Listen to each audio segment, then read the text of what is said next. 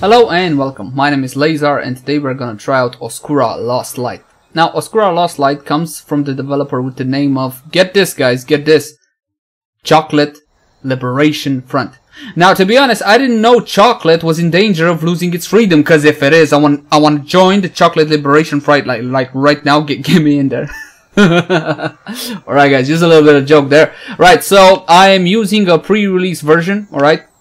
This is not the final build material. You see there are no options here. The options are before you start the game in a little bit of a launcher window there. You can remap your keys there too. I wanted to remap, but for my controller, I wanted to remap some keys for my controller, but I didn't understand what does what and where, so I kind of gave that up.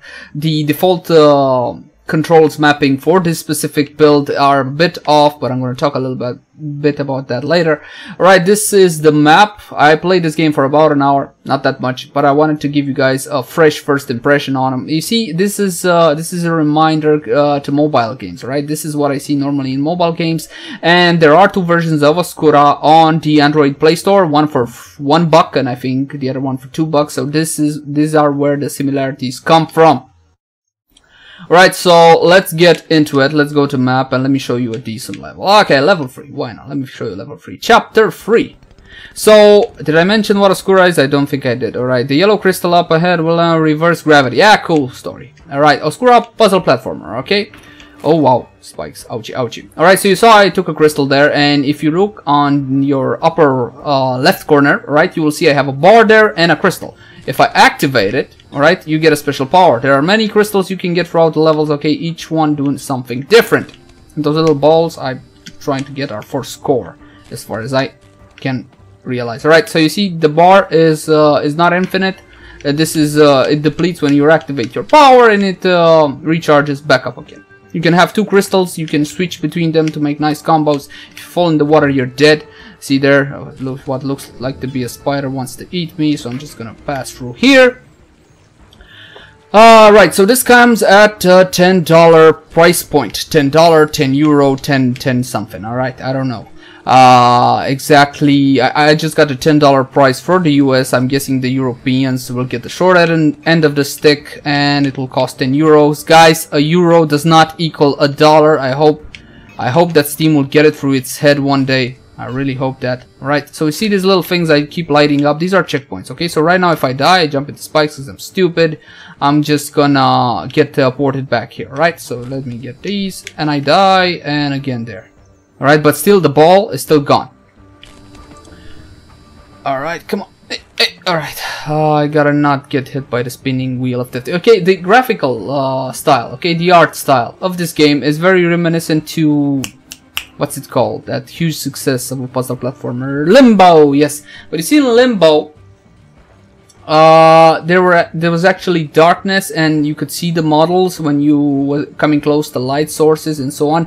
This doesn't really have any models behind it. Okay, even when you get close to light sources, these are just black outlines. Okay, flat out black outlines.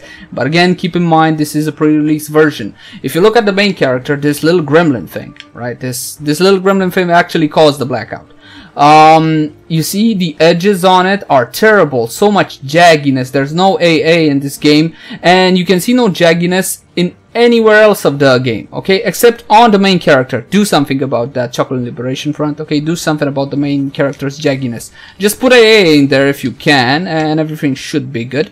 Oh, and give us, you gotta let us map our controls, right? You gotta let us map our controls, or give us better default, you know, you just use the standard default button assignments, button mapping for a platformer. The problem with the default one I'm using right now is that the activation for the Stone of Power, what stone I'm using, is the B button on my 360 controller, and the jump button is the A button, okay? So you gotta activate and use jump at the same time. You gotta use your right thumb to do both of them, you know? I'm basically using my thumb to do press two buttons at the same time, and that can get a bit tricky. Again, I can remap them in the screen in the screen before the game launches, but it doesn't explain to me which button does what and how, so I couldn't really remap them. Alright, so I see I'm gathering these little balls. You get these little stones that do all sorts of crazy stuff. Okay, nothing too impressive, I'm afraid. I mean, all these mechanics have been I seen them before. We all seen them before in different titles. All right. Maybe not in exactly the same recipe, but still, there's really nothing new here from the 5 levels I played so far. And I guess that kind of sums up my feelings about it. It's a competent, decent little puzzle platformer. It's nothing special, alright? It brings... ouchie. It brings nothing special to the table. Okay. Really? Pay attention, damn it. Alright. Okay, there's a little bomb there. It's gonna blow up. Alright. See here too. There's a little bomb, you activate and blow this up. I would like to see from Oscura a little less similarities from mobile games, which it does have plenty from my point of view, and I would have loved to see something special, you know, a little bit of its own. Okay, something Oscura can call its own. Okay, you see this mechanic in Oscura. Okay, this is special because of this. You don't. And that's my problem with the game, okay? It doesn't stand out. And to be honest, the puzzle platformer genre right now is so saturated. We got so many options on the Steam store. Damn spikes. Alright, even at $10, which is the price of this game, we got so many options, and I can recommend so many other games that impressed me more than Oscura. Let me see. Shank 1 and 2. Oh man, Shank 1 and 2. So good, so good. Recently, Magneted by Nature. Also so good. Even Ares Extinction Agenda felt it was a little bit better than this. Why the hell did I do that? This does not mean this is a bad game. Alright, from what I played, from this version, it's a competent, decent little puzzle platformer. Nothing wrong with it. But then again, nothing special either. Alright? So I'm hoping from what you see here, you can decide if this is something you would enjoy or not. Who is this for? You a fan, a die-hard fan of puzzle platformers, then you gotta get this one. Alright? To have in your collection to finish it. Is a decent little puzzle platformer. If you're a fan of the genre, you should definitely get this. No question about it. It's competent, it's functional, so I don't see why not. If you're not a fan of puzzle platformers, but you think this still looks interesting, I would wait for a sale, alright? I would get this for about $5, right? $5 seems more of a realistic price considering what you're getting, alright? I don't know exactly how much content there is in here, alright? You get different crystals that do different things. Hold on, let me show you different crystals, eh? Let me return to menu. Yes, let's return to menu and check out a different level with a different crystal. Get level 1 or level... let's try level 2, alright? I got a different crystal here. Alright, I pull this and the baddie wants to kill me and I walked right into it. Alright, get this. Alright, these baddies are blind just like you are. Alright, they don't see you in the dark. So all you gotta do is step away from them. Did I activate that? Yeah, I did. Alright, checkpoint here.